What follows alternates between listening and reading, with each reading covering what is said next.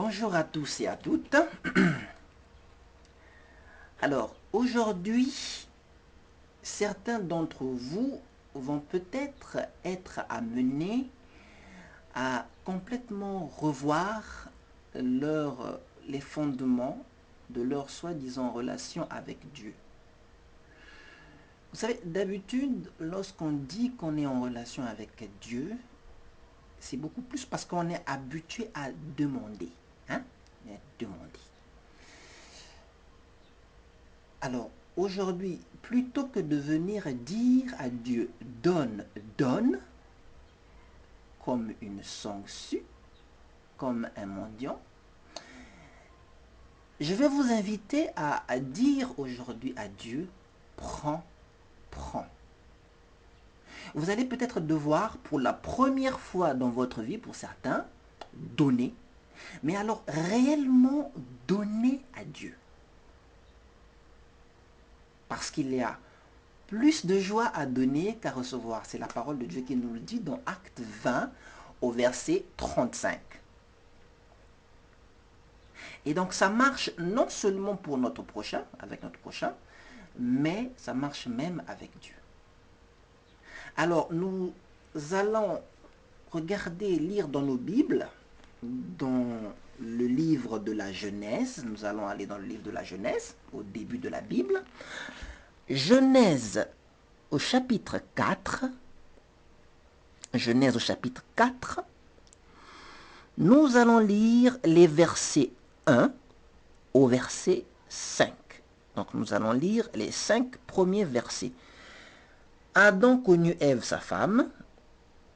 Elle conçut et enfanta Caïn. Et elle dit, j'ai acquis un homme de par l'Éternel. Elle enfanta encore son frère Abel. Abel fut berger et Caïn fut laboureur. Au bout de quelque temps, Caïn fit à l'Éternel une offrande des fruits de la terre, et Abel de son côté en fit une des premiers-nés de son troupeau et de leur graisse. L'Éternel porta un regard favorable sur Abel et sur son offrande, mais il ne porta pas un regard favorable sur Caïn et sur son offrande. Caïn fut très irrité et son visage fut abattu. Alors, vous connaissiez l'histoire de Caïn et Abel? Caïn et Abel, ce sont les deux premiers enfants d'Adam et Ève. Et nous venons de lire leur histoire là, en tout cas une partie de leur histoire dans Genèse 4. Caïn et Abel sont les premiers humains qui, après le jardin d'Éden, ont rendu un culte à Dieu. Donc le premier culte a été rendu par Caïn et Abel. Alors, comment est-ce qu'ils ont rendu ce culte? En quoi ce culte a-t-il consisté? Alors, ce culte, comme nous le voyons dans le texte, a consisté à donner à Dieu. Le culte de Caïn et Abel a consisté à donner à Dieu. Car nous lisons, nous pouvons lire au verset 3, 4, au bout de quelque temps, Caïn fit à l'Éternel une offrande des fruits de la terre. Et Abel, de son côté, en fit une des premiers-nés de son troupeau et de leur graisse. L'histoire de Caïn et Abel, donc, m'enseigne que le véritable culte envers Dieu, la connexion avec Dieu, le lien, la relation avec Dieu, s'établit en donnant quelque chose à Dieu. Le véritable culte envers Dieu consiste d'abord à donner. Donner à Dieu. Vous savez, quand j'étais petit, il m'arrivait d'offrir des cadeaux à mon papa. Mais dites-moi, est-ce que mon papa avait besoin de mes cadeaux? Hein? Non. Est-ce que c'était mauvais que j'offre des cadeaux à mon papa tout simplement parce que mon papa n'en avait pas besoin? Non plus. Mais vous savez, les cadeaux que je faisais à mon papa le remplissaient de joie. Mon papa n'avait pas besoin de mes cadeaux. D'ailleurs, c'était avec son propre argent que je lui faisais des cadeaux. Mais mon père était heureux que je lui offre des cadeaux. Parce que ça lui montrait que le petit Moïse, son fils, Parce que lui montrer que son fils, qu'il avait un fils qu'il aime. Mes amis, c'est pareil pour Dieu. Il n'a pas besoin de nos cadeaux. Personne ne peut acheter Dieu, personne ne peut corrompre Dieu avec des offrandes ou avec des cadeaux. Mais si nous donnons des cadeaux à Dieu, c'est pour lui montrer que nous l'aimons.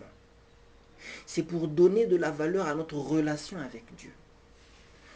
Donc, si donner quelque chose est une preuve d'amour, donc il est normal que pour établir une relation sérieuse avec Dieu, il est normal que pour le vrai culte adressé à Dieu, il est normal que le vrai culte pour Dieu consiste à donner à Dieu. Nous lisons que Caïn a donné les fruits de la terre et Abel a donné la vie. La vie de ce qu'il avait de plus cher pour lui, c'est-à-dire les premiers-nés de son troupeau. Et Dieu accepte l'offrande d'Abel, mais Dieu rejette l'offrande de Caïn. L'histoire de Caïn et Abel donc m'enseigne qu'on ne peut pas donner n'importe quoi, n'importe comment à Dieu. Dieu n'accepte pas n'importe quelle offrande, mes amis. Et tout à l'heure, je pense que tout à l'heure, quand je vous ai dit que vous allez devoir pour la première fois dans votre vie donner à Dieu, je suis persuadé que certains d'entre vous ont commencé à raisonner dans leur cœur en se disant, mais qu'est-ce qu'il raconte celui-là? Moi, je paye ma dîme tous les mois. Moi, je donne des offrandes toutes les semaines. Oui, mon ami. Mais tu donnes comme ça et tu ne t'inquiètes même pas de savoir si Dieu a accepté ton offrande ou pas. On se contente du sourire du pasteur. Il y a le pasteur, on regarde le sourire du pasteur et puis on est content. On se contente de l'admiration des frères et des sœurs qui sont contents, qui sont heureux de nous voir, qui nous respectent quand ils nous voient déposer de grosses enveloppes dans le panier des offrandes. Mais on ne se soucie pas de savoir si Dieu, là où il est d'accord avec ce que nous venons de donner. Pourtant, dans la vraie vie, quand nous offrons des cadeaux aux gens, est-ce que nous ne nous soucions pas de savoir si le cadeau leur plaît? Hein? Alors, pourquoi est-ce que vous ne vous souciez pas de savoir si Dieu est satisfait de votre offrande? Mes amis, il est temps aujourd'hui de vous soucier de ce que Dieu pense, de ce que vous venez donner dans vos paniers, de ce que vous lui avez donné depuis que vous êtes peut-être converti. Il est temps de penser à donner enfin quelque chose à Dieu. Il est temps de penser à donner à Dieu quelque chose que Dieu va accepter.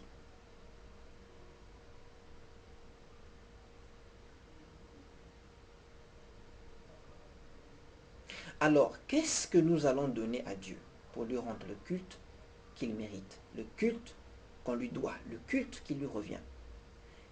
Qu'est-ce que Dieu attend qu'on lui donne? Souvenons-nous, Caïn a donné les fruits de la terre et il a été rejeté. Mais Abel a donné, au travers de ses moutons, il a donné la vie.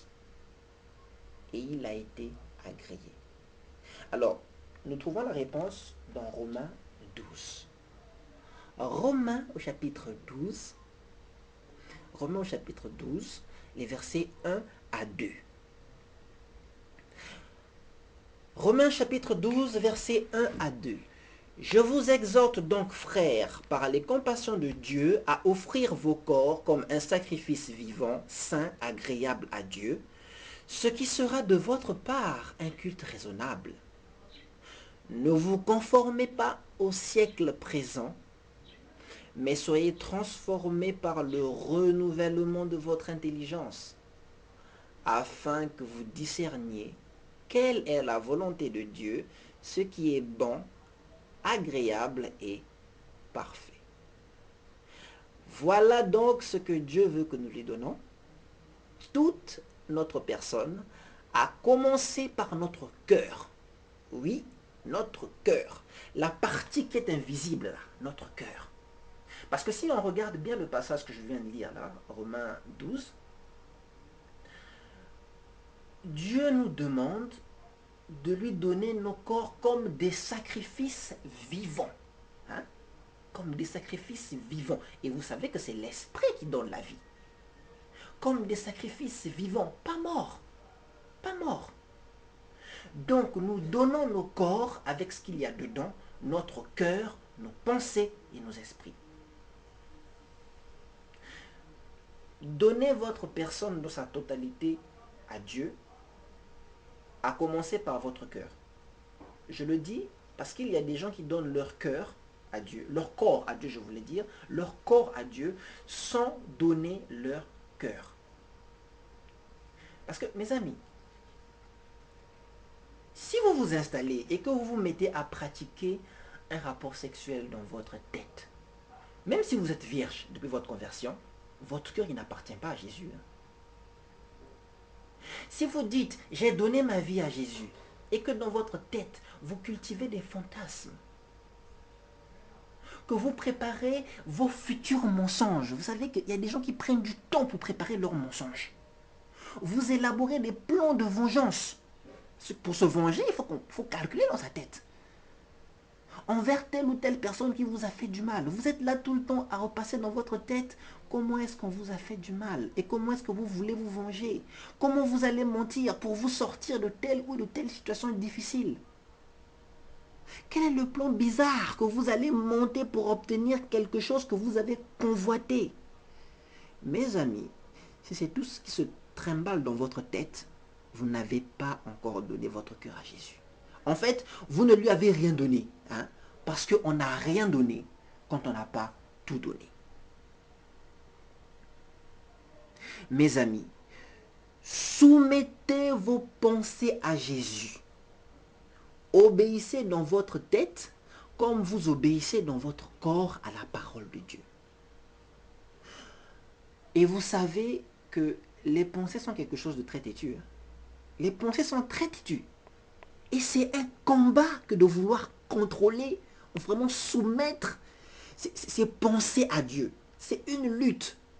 Mais moi, c'est ça que moi j'appelle le véritable combat spirituel. C'est pas venir dire à un démon sort. Non, c'est pas ça. Le véritable combat spirituel consiste à dire à ces mauvaises pensées, aux pensées qui sont ennemies de Christ là. Pensée qui est ennemie de Christ, sort de ma tête.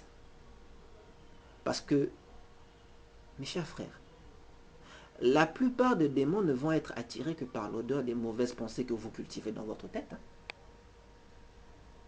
La plupart des démons ne vont être attirés que par ça.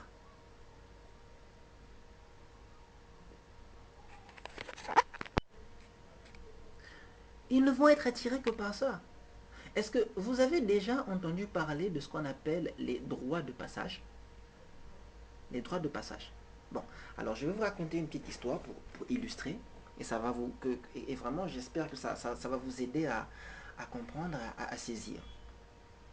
Alors, imaginez que moi, le frère Moïse, je suis ici propriétaire à Pointe-Noire d'un terrain, d'un domaine, d'un grand domaine de 1 hectare, c'est-à-dire d'environ 10 000 mètres carrés. Alors, depuis plusieurs générations, ce domaine appartient à ma famille. Et, un bon jour, je décide de le mettre en vente. Alors, vous, à l'église, vous cherchez un terrain.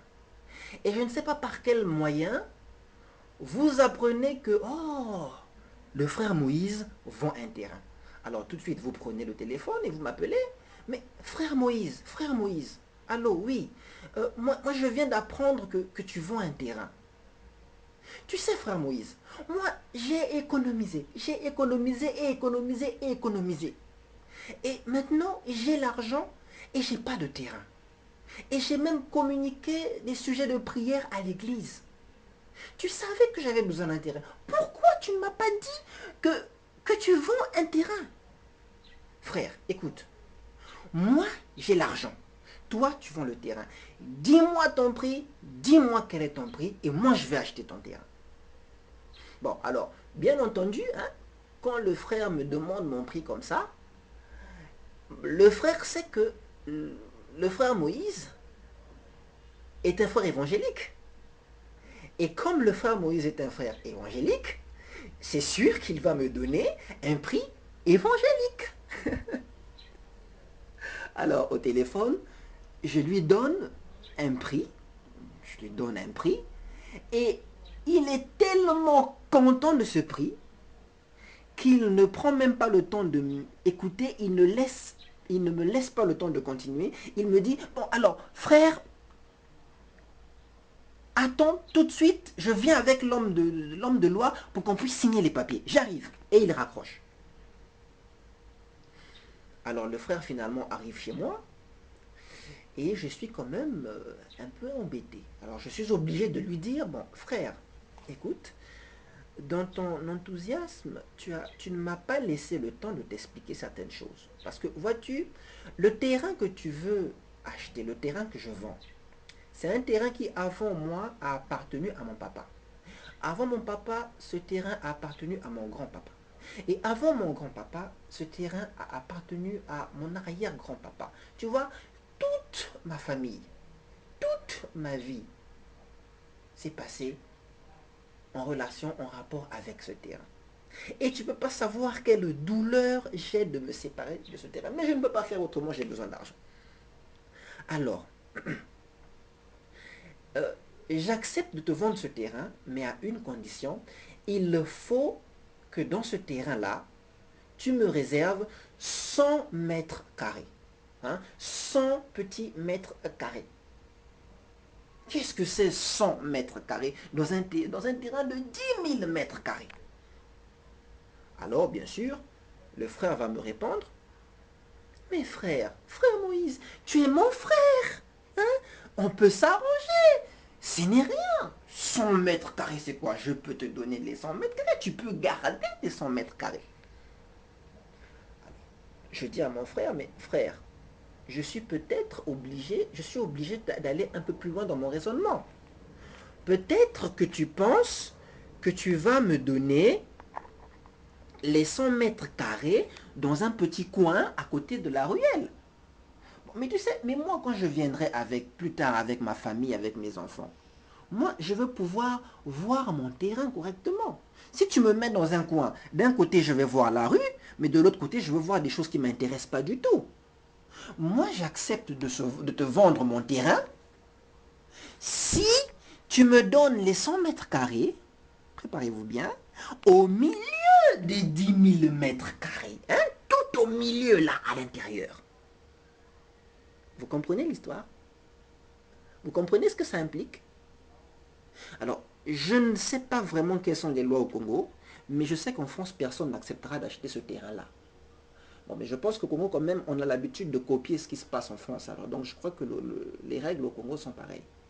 Parce que, bien entendu, si vous me donnez le terrain au milieu, si vous me donnez 100 mètres carrés au milieu, je reste propriétaire de 100 mètres carrés au milieu du terrain de 10 000 mètres carrés, moi, je n'ai pas d'hélicoptère pour venir là. Donc, pour venir sur mon terrain, pour venir sur la partie, les 100 mètres carrés qui m'appartiennent encore, je vais devoir traverser votre terrain. C'est ce qu'on appelle le droit de passage. J'ai le droit de traverser votre terrain.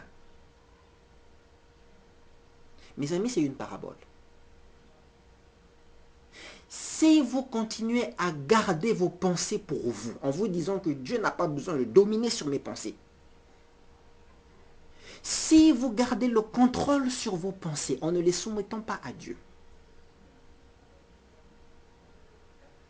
cette petite partie de 100 mètres carrés que vous gardez pour vous, en fait, ce n'est pas pour vous que vous la gardez, mais c'est pour le diable. Et le diable, il aime les droits de passage. Il ne va pas hésiter à traverser votre vie pour venir s'installer là où vous l'avez invité. Et quand il traverse votre vie, il va en profiter pour piétiner toutes les choses que Dieu veut construire dans votre vie. Toutes les petites bénédictions, toutes les petites bontés, toutes les grandes choses que Dieu veut faire dans votre vie, le diable va les écraser. Parce que dans votre vie, il y a encore un domaine qui l'appartient et qu'il a le droit de passage.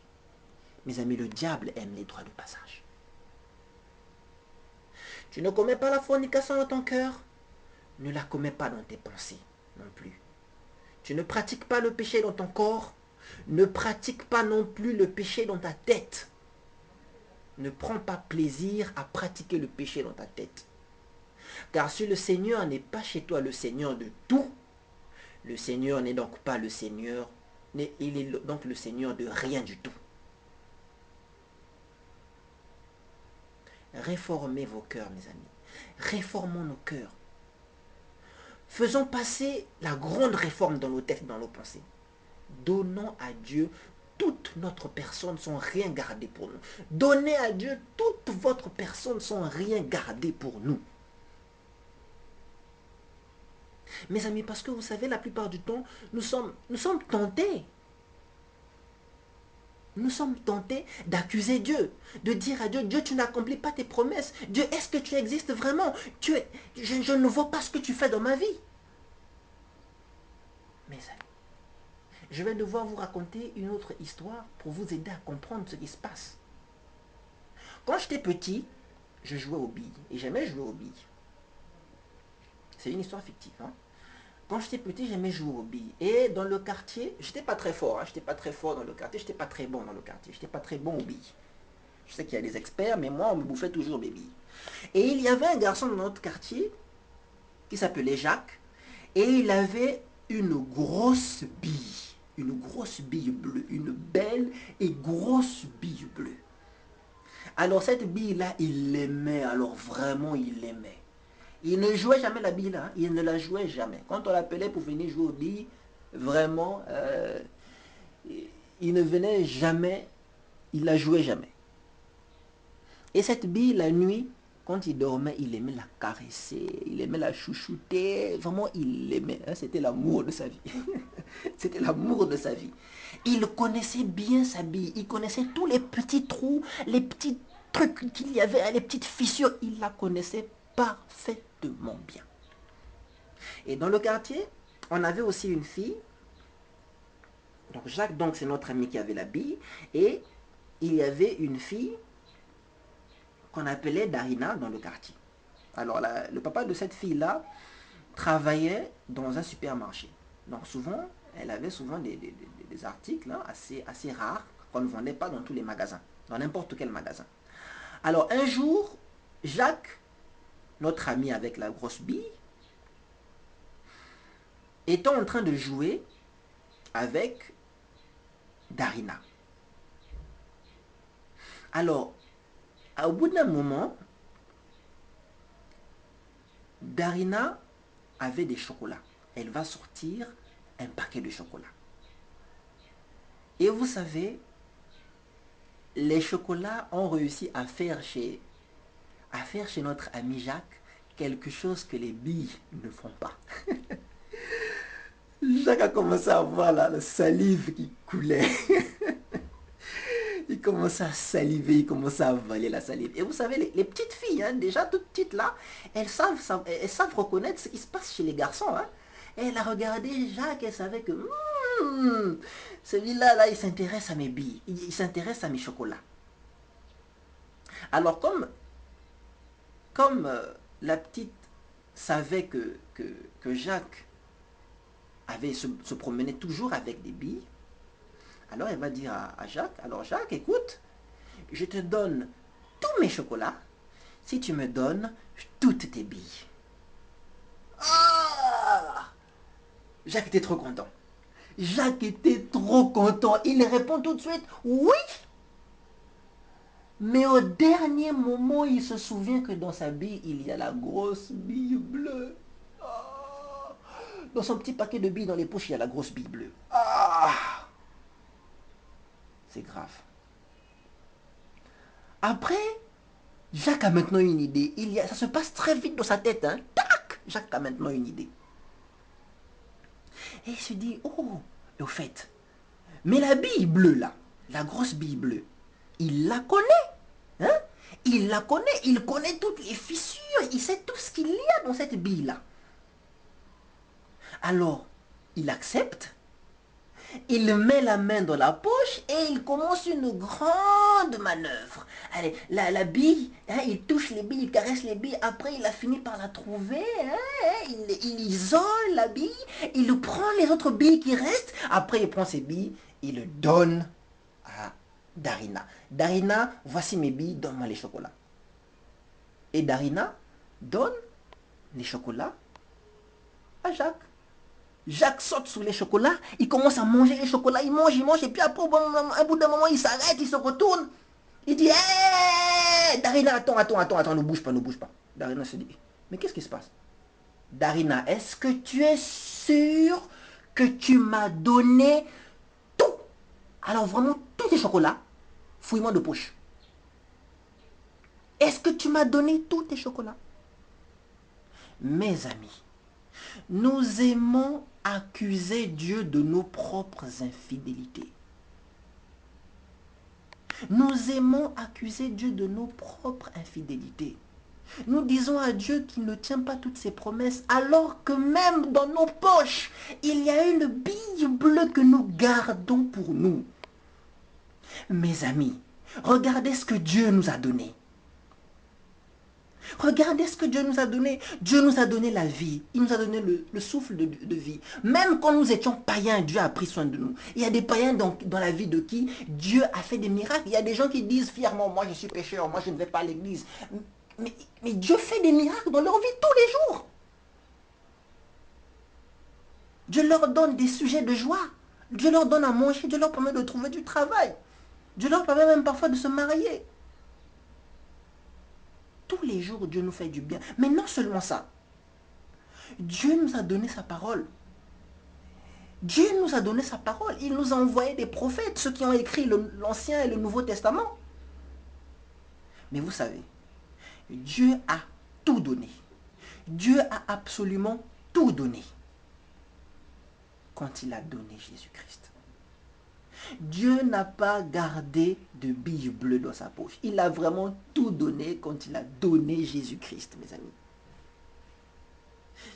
C'est pourquoi tout donner à Dieu, dans Romains 12, nous avons lu que c'est un culte logique. C'est un culte logique. Mes amis, soyez renouvelés dans vos pensées. Vous serez renouvelés dans vos pensées. Vous serez ressuscités dans vos pensées lorsque vous donnerez votre cœur pourri là, votre cœur mort là, tué par le péché à Dieu. Donnez tout, mes amis. Donnez tout. Aujourd'hui, Seigneur, je veux que tes enfants viennent à toi. Moi, je m'adresse à vous. Ne gardez plus rien. Ne gardez plus rien pour vous. Il y a des personnes à qui le Seigneur est peut-être en train de parler aujourd'hui. Des personnes qui avaient donné à Dieu et qui ont repris. Moi, je voudrais que Dieu parle à chacun d'entre vous. À ceux qui ont fait marche en arrière, ceux qui ont repris des choses qu'ils ont données à Dieu. Moi, je vous dis, donnez à Dieu. Parce que Dieu n'a pas gardé de Bible dans sa poche. Il nous a donné son Fils. Qu'est-ce qu'un père peut donner de plus cher que son propre fils? Alors venez donc à Jésus. Non plus pour dire donne, donne, mais pour dire au Seigneur, Seigneur, prends tout. Parce que Dieu a donné son Fils unique sur la croix pour qu'il meure pour vous. Et son Fils est ressuscité pour que vous croyiez qu'il est possible que vous aussi, vous soyez entièrement ressuscité. D'abord dans votre esprit, mais ensuite pour la vie éternelle. Seigneur, pardon. Seigneur, vraiment, je veux te demander pardon. Pardon pour mon égoïsme. Pardon pour ma méchanceté à ton égard. Aujourd'hui, Seigneur, je veux tout te céder. Prends tout, Seigneur. Oui, Seigneur, prends tout. Prends tout. Prends mon cœur. Prends mon cœur, mon corps et tout ce qui va avec. Prends ce cœur dans lequel j'ai caché tellement de choses secrètes. Des choses terribles, des choses honteuses dans ma vie. Seigneur, je te le donne. Car c'est la chose la plus précieuse que j'ai. Prends ce cœur brisé qui te reconnaît comme le seul qui peut le sauver. Restaure-le, Seigneur, afin que désormais ce cœur produise des fruits de justice à la gloire de ton Fils Jésus-Christ. Seigneur, je ne veux pas te donner seulement que mon corps. Mon corps là, c'est le fruit de la terre. Tu as fait mon corps à partir de la terre. Mon argent ne suffit pas. Ce n'est pas de mon argent dont tu as besoin. Mon argent aussi, c'est le fruit de la terre. Moi, je veux que tu prennes ma vie, Seigneur. Prends tout, prends ma vie. Je veux t'offrir l'offrande d'Abel. Prends ma vie, Seigneur. Prends tout. Désormais, Seigneur, que mon cœur produise ton amour à toi. Que mon cœur produise ta paix, qu'il produise ta bonté, qu'il produise ta fidélité, qu'il produise ta douceur, ta sagesse, qu'il produise ta patience, qu'il produise ta maîtrise de soi. Que mon cœur produise désormais toutes ces choses parce que je te le donne pour que toi tu l'habites pleinement. Seigneur, je te donne mon cœur pour que non seulement j'obéisse à tes commandements, mais aussi que ma vie soit un témoignage vivant de Jésus-Christ. Que mes mains servent à faire ce que tu veux. Que mes pieds me conduisent là où tu veux, Seigneur. Que mes yeux ne se lassent jamais de te contempler. Que ma langue te soit agréable. Je dis tout cela parce que j'ai confiance en toi, Éternel. J'ai confiance que tu vas décider pour ma vie des choses qui ne seront pas ennuyeuses. Des choses qui ne seront pas mauvaises. Non, tout ce que tu vas décider pour moi, Seigneur, tout ce que tu vas décider maintenant que je t'ai donné toute ma vie, sera forcément ce qui est bon, ce qui est agréable et ce qui est parfait. Je sais que je suis faible et que je n'aurai pas toujours la capacité de comprendre ce que tu vas décider pour moi. Mais je te fais confiance et je veux me soumettre à tout ce que tu décideras pour moi. Car je t'aime, Seigneur, et je veux te chérir de tout mon être. Seigneur, que mon corps, que toute ma personne, finalement te revienne entièrement à la gloire de Jésus-Christ. Amen. Que Dieu vous bénisse. Que Dieu vous bénisse abondamment. Amen. Amen. Amen. Amen.